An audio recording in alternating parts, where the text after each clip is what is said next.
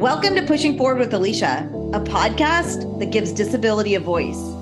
Each week, we will explore topics like confidence, ambition, resilience, and finding success against all odds.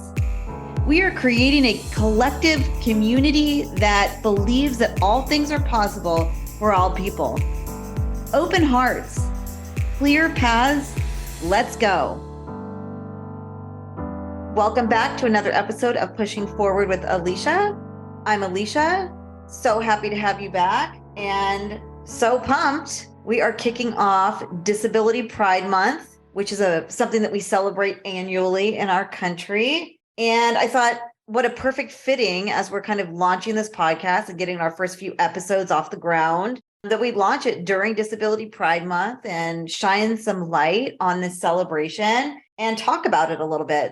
I'm excited to kind of dive into this topic. I've invited back to sit on this conversation with me my husband and business partner, Marty, because he's also disabled. We both live with disabilities. And I thought it would be good to have a male and female dual perspective on the subject. So welcome back, Marty. Thanks for taking some time.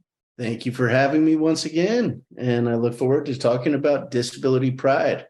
When we started diving into disability pride, what we realized and what we know really already is that a lot of people don't know what disability pride is in our country. Would that be fair to say, Marty? Yeah, I think it would be fair to say that we both maybe somewhat struggled just a little bit thinking about what does pride mean to the disability community.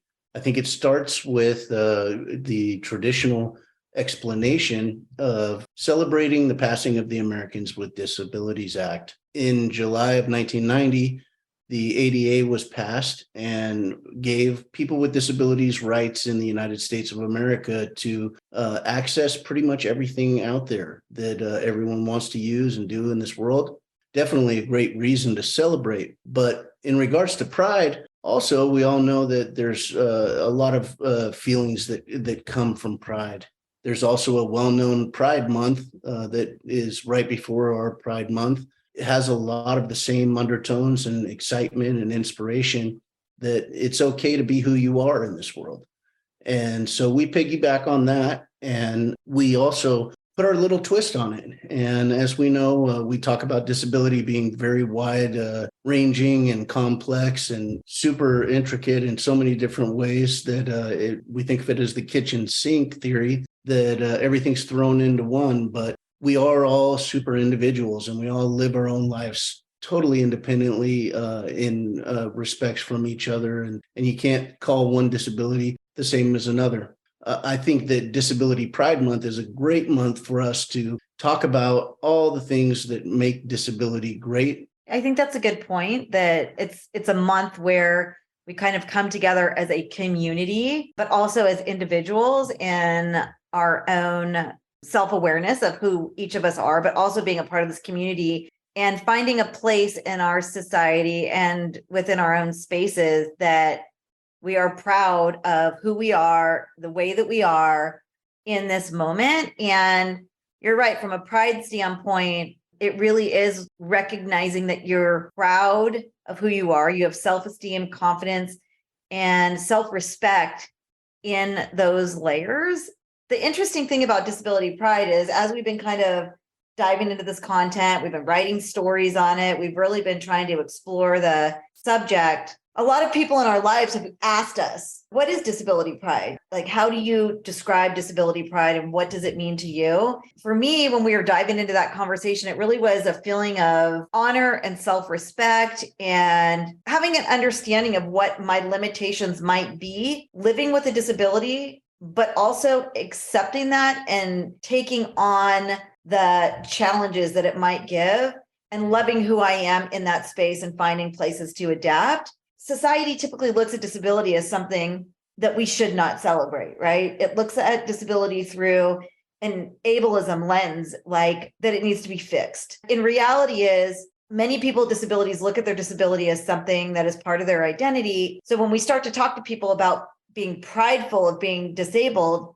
sometimes it's hard for them to understand why we would be proud of that. Yeah, I think that you're going to get a mixed emotion. If you were to survey 100 people with disabilities, you'd get quite a range of responses. I think that disability pride is something that not maybe all of us have in the disability community. I think it may take some time to form, not to say that it couldn't just happen right overnight, but I know for me, maybe for you, that it took a while to, get over the feelings of being wanted to be hidden away, all the challenges and the obstacles that we have to face right out of the gate, the doctor's appointments, the different things that we go through with disability, and Lack of access. the lack of access. I know that you've talked also about, even in your job searches, that you used to hide away your wheelchair and try to not show it off, and that's where disability pride,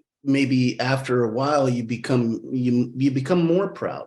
And I think that there's an interesting way to look at it, going back to the multifacetedness of disability, in that disability pride could be celebrated in so many ways. It could be celebrated by the individuals that have the disability.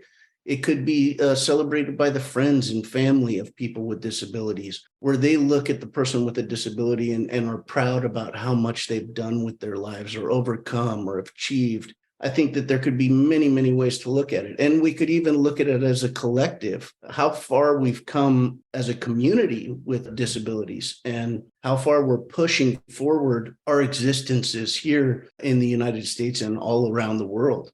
Disability pride, like you said, has been acknowledged in our country since the Americans with Disabilities Act was passed in 1990. From that year, pride parades and celebrations around the country that started in Boston started to spread across the country. Yet we're here today, and when we start to write stories and have conversations about disability pride, it's largely overlooked, and most don't understand that it's something that we're celebrating. We're trying to shine light on the fact that we are proud to be disabled people.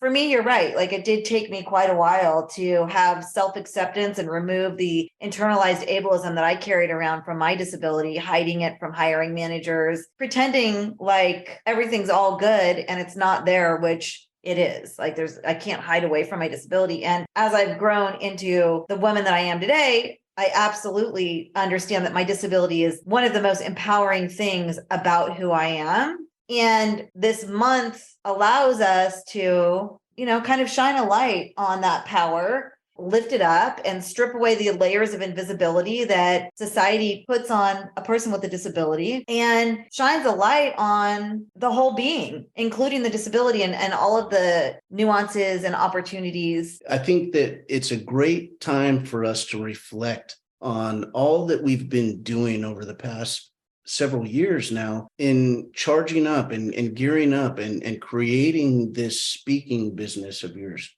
thinking back on all the beautiful moments that we've got to share. Disability Pride Month comes once a year, but in reality, a lot of people with disabilities should be celebrating Disability Pride Month every day. Yeah. It really is something for us to look at and say, wow, look at all the knowledge, look at all the experience, look at all I've learned to overcome, to deal with, to not get down, to keep a positive attitude, to continue to grow, to continue to want and to desire to move forward in our lives and find goals that we can attain to keep reaching for the things that we want in our lives. And I also think it's a time for us to look in the rearview mirror and lift up the advocates and the people who have fought tirelessly since the 50s that were pushing forward the disability rights movement, fighting for legislation, creating opportunities of employment and education and just life opportunities, but then to also look at where we are in our present, see where we've come, where we are right now, and what we need to do in our future to continue moving forward that advocacy, to continue to advance opportunities and acceptance and inclusion of people with disabilities in our society. Let's take a quick break. You're listening to Pushing Forward with Alycia. Thanks for listening today. If you have an episode idea, know someone I should interview, or have a story that needs to be told, reach out to me at AlyciaAnderson.com. That's ALYCIA andersonwithano.com. Click on podcasts. Welcome back. We are kicking off Disability Pride Month. Marty and I were just at a conference. We were invited to come and give our ableism speech at the Governor's Council on Developmental Disabilities. And in the audience, it was so cool. There was a wide range of people who were either disabled themselves or also advocates or allies for disability in some way. And I got up on stage and I was giving my ableism speech, but I'm not giving this speech often to our peers. So the first thing that was like very interesting was it felt good to get on stage and say we and us instead of me trying to have this conversation with people that were not within our community. We were in front of our peers. However, we were in front of a lot of people with developmental disabilities. Even though we have disabilities ourselves, we're a community. We feel that connection no matter what. And this just happened. So this is kind of like a good reflection of what disability pride really is in action. So I'm up on stage, I'm giving this talk. The crowd is alive. I mean, they are engaging, they're smiling. They're just really into the message of disabling ableism. And there's this moment where I start talking about like, we can believe impossible and how do we become visible? And so we start cheering and like having this moment. And then all of a sudden, the audience started taking turns, raising their hand and yelling what they wanted society to know about them. They like just started screaming like, I can, hire me, listen to me, see me, believe in me, invite me, care for me, let me try, give me an opportunity. The room was just electric and people with all types of disabilities yelling out what they can do and how proud they are to be who they are, the way that they are.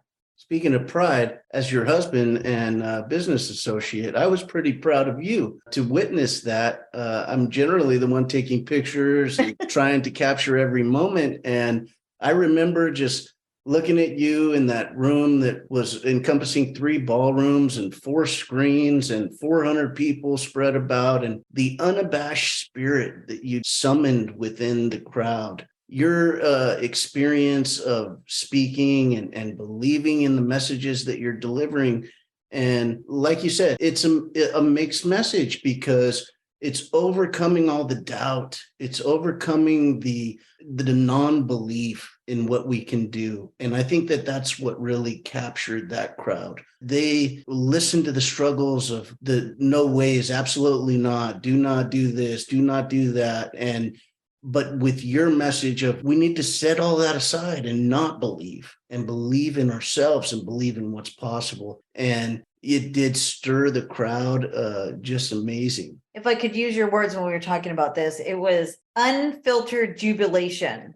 Unabashed spirit. It was a very organic moment of what disability pride is, which is being unapologetically proud of who you are, the way that you are, even if nobody else in society sees you that way. It was self-advocacy and it was lifting up the beauty and the possibility of this life that each of us have and that are experiencing. It's just amazing that we're living this life. After this speech, to just watch you be swarmed by groups of people that wanted to come take a picture with you, wanted to share their personal experiences, wanted to be a part of your lives. And then, for us to go from Wyoming and then in the same week to New York and to be a part of another summit on disability leadership, it just shows you that there is a lot of pride out there for disability. There's a lot of pride and there's a lot of work. I sat with this girl, she was probably mid-20s, who had Down syndrome, and she was amazing. She was like dressed to the nines, sequin nude dress, so proud to be who she was in this space, excited to be at this conference with her peers. She totally related to the message that I was giving. But on the flip side of it, it brought her to tears because, she just started saying things like, my parents don't listen to me. My family doesn't include me. They don't believe what I say. They don't think that I am giving the correct opinion, all the way to things like I didn't get to go to prom. I don't have the friends that my other friends have. Like and she was just so emotional, like raw emotion. And the fact is it's a really hard path to be living in a society that looks at you through an ableistic lens, that disability is bad. And what we need to do is disable that and turn on looking at disability for what it is something to be proud of, because it's who we are. And that is what disability pride is. And I think disability pride is also that moment that you were able to share with that young lady and offer your friendship and your shoulder as a peer, for her to open up to. And it just goes to show that even in our lives, even sometimes the closest people to us can be a barrier to us being who we want to be. We so often hope that it's the opposite, that those close people are the ones that are going to be lifting us up. But just another multifaceted look at that and all the complexities that we face as people with disabilities. Hence the importance of celebrating a month to start to have more opportunities to look within ourselves and start to shine a bright light on the diversity and the beauty and the power and the possibility of the disabled community, because it's a massive community. And the more we celebrate it and the more we expose it and the more we talk about it and see it and experience it, the more we normalize it and believe in it. And then there isn't a question at the beginning of July, why are we celebrating disability pride? Why would you do that? And so, Marty, what is your advice? We should celebrate those who have come before us and been advocates. Who is your favorite advocate with a disability? Oh, that's a hard question. Definitely from like a historical perspective, Judy Heumann, who was the queen of the disability rights movement and one of the founding people that pushed forward ADA and all the legislation that we have. And she's somebody that I look up to from like a disability advocacy perspective. But I mean, this month we have so many amazing people with disabilities coming on. We've got a 5-time TEDx speaker and comedian. We've got the senior manager of DEI from Etsy. We've got Brad Parks, who I was just going to say is one of my mentors, a founder of Wheelchair Tennis. Hall of Famer. To celebrate this month, we are amplifying people pushing through adversity and pushing through the challenges that might come along with their varying disabilities. Yeah, and that's one of the great things about podcasts that you've created. It gives us the opportunity to have these conversations and bring out the gems that are hiding within our stories and share with everyone about it. I'd be remiss if I didn't say that one of my favorite disability advocates we just lost last week, Dee Henry, a great advocate of wheelchair tennis alongside Brad Parks in Southern California, who was the women's coach of the Biola University women's team for so long, had also put on over 4 decades of wheelchair tennis and adaptive tennis lessons on a weekly basis, well into her 80s, possibly 90s. This might sound cliche, but you inspire me too, because your heart is always so open for just every time we see anybody with a disability, you run up to them and say like, hey, can I tell you about this? Let me teach you this. This is all the things that are possible. Well, it's thank you very much. And I do have a very soft spot in my heart for people with disabilities. And that comes from just growing up with an entire lifetime of a disability and all the situations that we've been in. We see people that are blind, people that have hearing impairments, people that are facing different challenges, quadriplegia, paraplegia, spinal cord injury, all and on and on and on and on. Okay, so I think we should lay down the gauntlet as we wrap up this episode. First of all, we challenge you to keep tuning in all through the month to celebrate Disability Pride with us. But we also want to throw down a gauntlet and give you a challenge to do something to disable ableism in your own lives this month.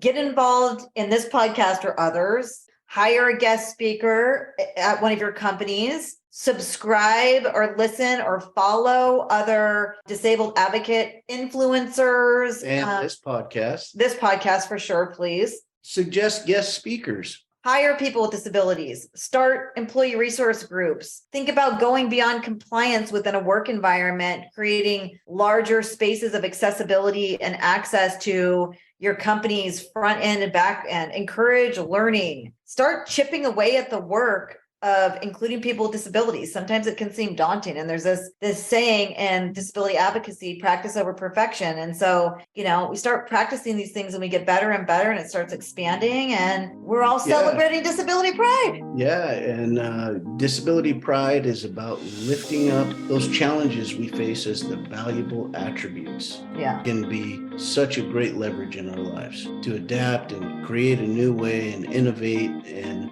move forward from what we've been thinking is the only way. Yeah, and moving forward, the only way you do that is you push forward. One push at a time. One push at a time. Thank you, Marty, for being a guest. Thank you so much to our listeners. This is Pushing Forward with Alycia, and that's how we roll on this podcast.